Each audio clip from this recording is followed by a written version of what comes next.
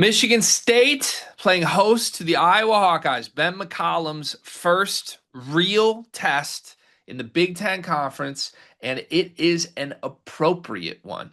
Given the narratives, the dialogues, the discussions, the debate that happened this offseason, to take you back and just remind everyone, maybe you'll have a clearer perspective on this than most. This was something the three-man weave guys did. Shout out to Kai and Matt and Jim. We are big fans of theirs, always have been. You can get more of their stuff with the Basket Under Review team. But they were going conference by conference and individually ranking the coaches in each conference and then combining their scores to an aggregate. Three people submitted votes, an average score. When they put their graphic out, or when, I don't even think they put a graphic out. I think it was Dylan from Hoops who swooped in and put a graphic out of this. And Ben McCollum and Tom Izzo were tied, but Ben's name was above Tom Izzo's. And when asked about this, they kind of doubled down on it. Jim was especially outspoken that if both coaches had the same roster this year, he would take Ben McCollum to overachieve. Well, welcome to the Big Ten, buddy. The reigning Big Ten champs, who won the league by 3 games, are off to a flawless start. They're 7-0. They've beaten Kentucky, North Carolina, and Arkansas. And they're rolling. So are the Iowa Hawkeyes and Bennett Sturts and Ben McCollum. Is your excitement for this game as high as mine is? And is it any added juice to this, the conversation that happened this summer? Is there any added juice? Listen, to double down on your point, I love my guys at the Weave. They are handsome, witty, smart, athletic. I rock with those guys heavy. This shit's personal, though. They came at my coach over a whole ass Ben McCollum in 2025. And look, I'm a Ben McCollum guy. I put myself in that category. But we're taking it a little bit of a step too far. This is a lot on the line in this game, in my opinion, because the thing about Ben McCollum in Iowa is that yes, the offense is very, very particular. They play extremely slow. They run everything through Bennett Sturts. I think Bennett Sturts has the highest usage rate in the country. They also just play so slow that like Bennett Sturts plays 40 minutes a game and doesn't get tired. Um, but in order to be considered a better coach than somebody, I think you got to beat that coach. I do. So if he does that, honestly, I'd be a little bit shocked, to be honest with you, that he's able to come in here in his first Big Ten game, come into the Breslin Center, maybe in a weird spot as Michigan State has Duke this weekend, but I would be damn near borderline shocked if he'd be able to come into the Breslin in his first Big Ten game and win. I don't know, like I can't pull up a stat with like coaches that have done that, but I don't know if there's any like first time coaches that have come into the Brez and done that. Maybe Jake Diebler. I that would be a fun stat to look up. Coaches who won their first trip to the Breslin. What's the winning percentage? Or even is there any coach in Big Ten history whose first Big Ten win as a visiting team was over Michigan State in the Breslin Center? Yeah. I'd be curious if that has ever happened. My guess is it might be no. We'll see. I Let me start with this. I think you got to give Ben McCollum his credit and his flowers. And if it isn't clear yet, it will be clear very soon why smart people like the three-man weave guys are high on Ben McCollum. Hmm. There are there are comparisons. I almost stopped myself, but I'm not going to. There are comparisons to Kurt Signetti here that I think are very fair. Now, do I expect a Final Four trip from Ben McCollum in year one? No. I also would point out making the 12-team playoff in college football is easier than making a Final Four run in college basketball. But I do think if there is some sort of parallel to what Signetti has done in 2 years, coming for the college basketball world, it very well may be what's on its way in Iowa right now. Ben McCollum has a very unique brand of basketball that works, that has worked at every level he's ever coached at. Remember, he wasn't even coaching a Division I team until last year. And then he all of a sudden jumps right up to Drake. They go 31-4. I mean, that team was awesome. And it was Bennett Sturts and Ben McCollum and role players. They win a game in the tournament. They beat Missouri. They almost played with Texas Tech in that round of 32. I remember 10 minutes through that game, Drake was leading Texas Tech. And in the end, here he is in the Big Ten Conference, getting an opportunity to really grab everyone's attention in a major way. Um, Stylistically, this game will be fascinating because, Michigan State has a reputation, rightfully so, of this insanely fast team, but they don't grade out high in tempo. And this has been a couple years running now. I mean, there were years in the mid 2000s when they were like top 10 in the sport in tempo. Going back to the beginning of like the Hogard years and maybe even a little before, Michigan State hasn't played very fast overall. Now, that doesn't mean they don't run in transition in a big way, but it does mean that in their half court situations, they drag possessions out and are slow and very deliberate with it. So It's like more opportunistic, I would say. Like if they see the chance to run, they will. They like to do it, but if not, you are going to guard the whole shot clock. it's basically if Cohen Carr is streaking free, we'll play fast. Yeah, If not, floor general can general and yeah, we'll bas- tactical warfare it. basically.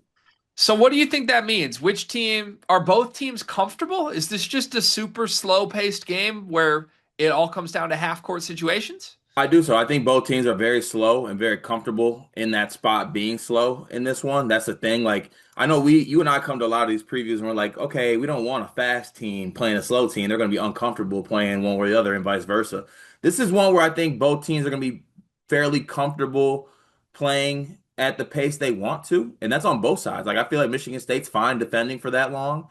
I do have some questions if Iowa is okay with defending that long. I feel like they're just trying to get it on offense and kind of go slow from that point. But um yeah, no, I think both teams are going to be very comfortable playing in a slow pace environment. Outside of pace, I'm more so looking for, my favorite thing ever. Um Iowa is currently undefeated. Iowa is currently the number 21 team on KenPom. Who they played. Good win against Ole Miss. I'll say that. Really good win against Ole Miss. This team also scored 60 points versus Grand Canyon. Yeah. They did hold Grand Canyon to 46. I don't know. I am a little bit more iffy as far as like this is a big step. This is a big moment to step up for Iowa. Like this is not Western Illinois, Robert Morris, Southeast Missouri, Chicago State at home. This is Tom Izzo and the Breslin Center in your first ever Big Ten game. Now, as I say that, also like Bennett Sturts has that shit to him. He's the type of player that could pull this off. And Ben McCollum, I think, is a good coach. So I'm not putting it completely out of the realm that he could pull it off. I'm just saying it's a heavy task. Yeah. Okay. What do you think? What do I think? Yeah, what do you think personally? I I think wasn't that high on Iowa coming in. They've got my attention though.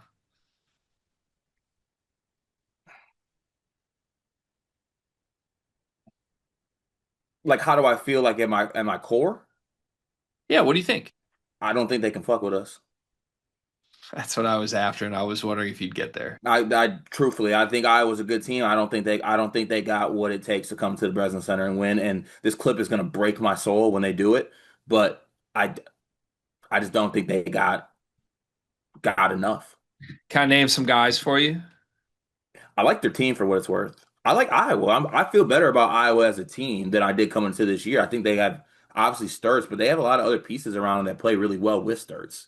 Yeah. I'm still confused about Iowa because Fulgaris was supposed to be like amazing.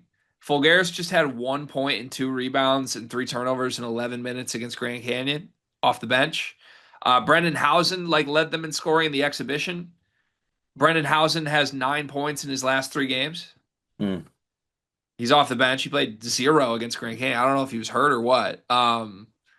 The names in the lineup for Iowa playing huge minutes, I just didn't even expect. Like Kyle Combs, who was at Drake last year, Cooper Cock, one of the Iowa freshmen, Cam Manyawu, who's at Drake. Like it's basically the Drake guys with Cooper Cock. Hmm. That's not really the sell. I thought Fulgaris was supposed to be a bigger part of this and other pieces. So, um, there's probably something to be said about like sustainability, and these guys know how to play together and they're good. Yeah, but it's so interesting to look at like how this team is made up because like dog Bennett Sturts plays 38 minutes a game. Hmm. 38. And then you have Combs that you brought up. He plays 27 minutes a game. The rest of everyone else is playing 20 minutes. Fulgaris 21, Banks 21, Cooper 22. Like they are they are playing a lot of guys. I think currently, obviously, it might change given the opponents and things like that. But they got one, two, three, four, five, six, seven, eight, not 10 guys averaging double digits minutes. Sturts is ridiculous. I He is really good. He's ridiculous. But Greg, No, I don't want to do that. Anything that happens that starts in this game will be earned from Michigan State. Like, and they might. Fears truly might do the Fears thing. But Starts is amazing. He's shooting 46% from three this year, 53% from two, 84% from the line. Has a huge free throw rate, gets to the line at will, has an absurd assist to turnover rate. Like he's arguably he's arguably the best point guard in the country right now. There's a very clear look at what he's doing at Iowa argument that he's doing more than Braden Smith right now. And I say that as someone who hosts a podcast with Braden Smith. see, but that's my point though. There, he is incredible. Are we allowed to say anything about the fact that he gets to play 40 minutes a game versus everybody?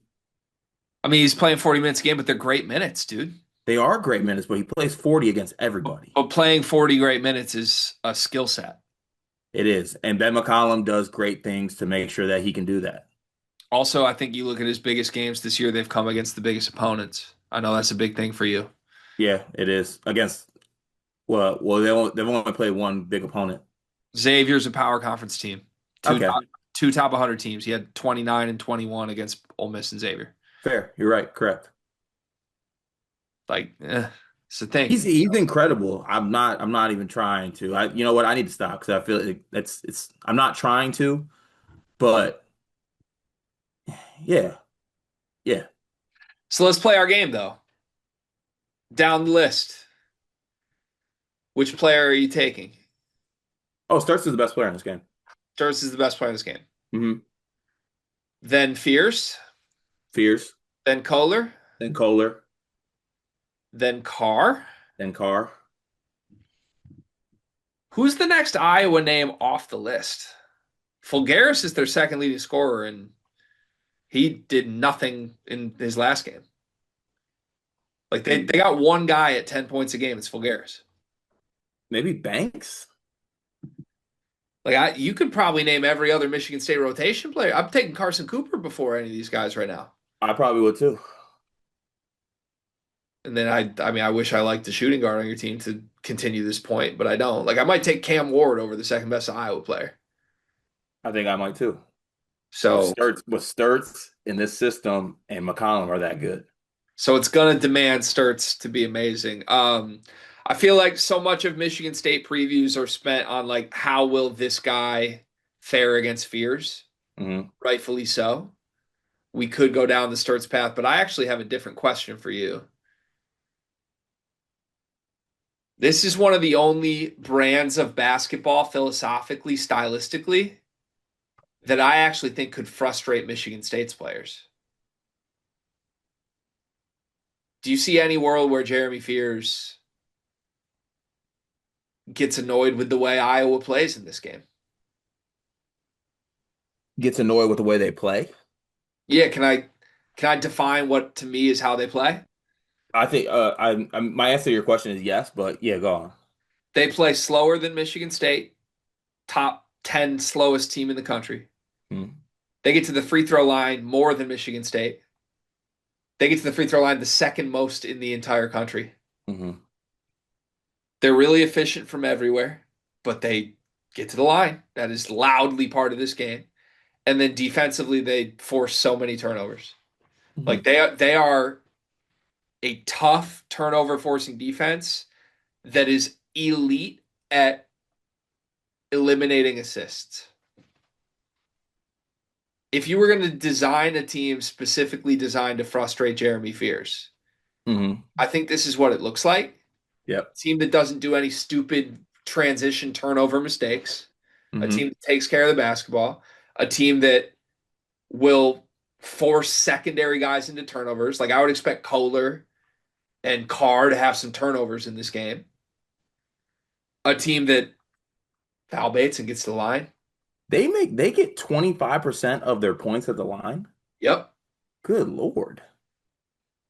They like foul fests. They force bad players into turnovers, and they are going to drag you into hell and slow it the hell down the whole game. Hmm. And they don't relent. They don't change how they play at all. That's the entire formula. Either you can deal with it or you can't. Yeah. Now, I think in a lot of ways, that is a great game plan to try and frustrate Michigan State. Yeah. It's going to come down to how well Fears handles that, I think. Yeah. But you can flip everything I just said and say the same. Like if Fears just takes Bennett Sturts out of the game, put him in a bad spot, they have nothing.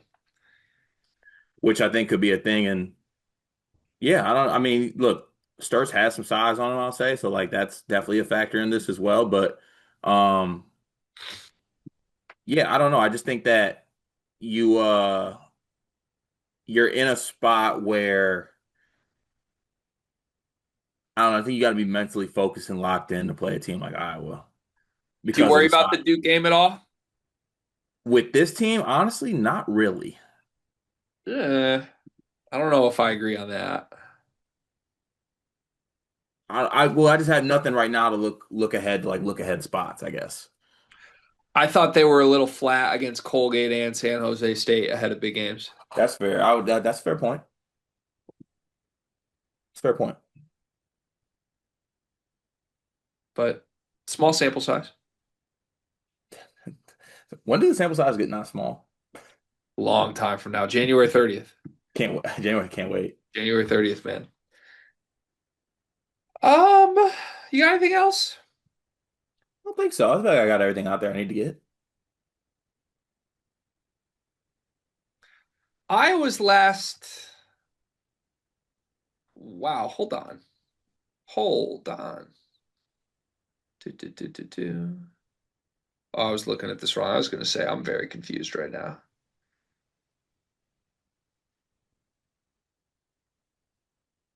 Last 7 games against Iowa. What's Michigan State's record? Against Iowa, Mm-hmm. to I'd say it's probably like 500. 2-5. Really? You beat them in Iowa City last year to, I think, Yep. clinch the league. And you beat them by 2 in East Lansing in 23. Lost 5 of 7 Bad going man back to gone. 21. Yeah, Fran had our number. He's had some good Iowa teams too. Yeah, the same Fran. Iowa has won 2 of the last 3 in East Lansing. Iowa has won 3 of the last 6 in East Lansing, going back to when I was in college. Yeah. Iowa has fared surprisingly well in the Breslin Center relative to other programs. You got anything else before we predict? No, sir. Last question from me before that. You sure it's the last one? It is the last one. The Ben McCollum Izzo stuff was fun. It was funny this summer. I enjoyed it. I like seeing you squirm. I'm asking you a personal question yet again here. On a scale of 1 to 10, Ben McCollum's first game in the Big Ten in your house against the guy others say he's better than. He has the best player. He has a team that's undefeated. It's a big moment for him. What is your personal fear level of Ben McCollum? A total 0? I would think if you thought the Signetti comps were at all true, it would be higher than 0. I don't think the Cincinnati comps are true. Why? I think Cincinnati is totally different personality wise than Ben McCollum. Okay. I think Cinetti's a psychopath killer. And you don't think Ben McCollum is? No, So give this Iowa basketball team to Kurt Cignetti. You like their chances? yes. All right, that's crazy. Thank you. What's the show me state? I don't think it's Iowa. Kansas or something like that? Missouri? Probably Missouri. Sounds like a Missouri thing. Well, listen, show me. That's kind I think that his success is incredible. This isn't Drake. This is not this is not the Missouri Valley. This is the Big Ten. The shit's a little bit different. So Yeah. I'm not doubting his success in the future at all. I am doubting the fact that he can come into the Breslin Center in his first ever game in the Big Ten, first big game of the season for him on the road and win. Yes. So therefore, when I carry the two, there is zero fear level for me for this Iowa team and Ben McCollum. You're Drake. We're Kendrick Lamar. Can I fear Bennett Sturts but not fear Ben McCollum? Yeah, Okay, yeah, that's how I feel. that's where you're at. Yeah. I think I'd be the opposite if I were you, which is Okay. interesting. That checks out Why? because I feel like sometimes we don't even finish each other's. Let's get to predictions. Okay. Ken Palm has Michigan State by 6 at home, a 70% chance of winning this game. What do you think it is? I think there's a message sent, and I think that Iowa and Ben McCollum can blame the three-man weave. Give me Michigan State 74, Iowa 55. It would be really Big Ten fitting if Iowa was like at 40 something in this game. And it's like a, on behalf of the rest of the league, welcome, Yeah, Wonder Boy. Like that cute shit ain't gonna cut it here. yeah. It also will not surprise me whatsoever if Iowa wins this game. I know we're talking about Fran and what Fran did, but like objectively, even as a Fran guy, Ben McCollum's a better coach, and this Iowa team looks like it's better than recent Fran teams since Keegan Murray was here, at least. So, um, here's what I keep coming back to. You're telling me a first year Big Ten head coach with a former mid major point guard are coming into the Breslin Center for the first conference game of the season against the defending reigning Big Ten champions, regardless of the headline stuff that's been said. What Iowa does best is get to the free throw line at the Breslin Center. Iowa's going to get to the free throw line at the Breslin Center against Jeremy Fears. That's what they're going to do in this game. I don't see it.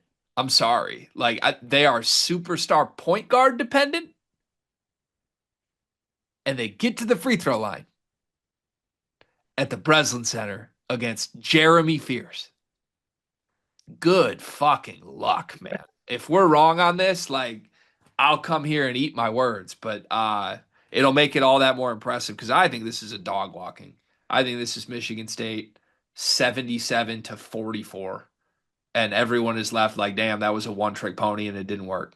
Hmm.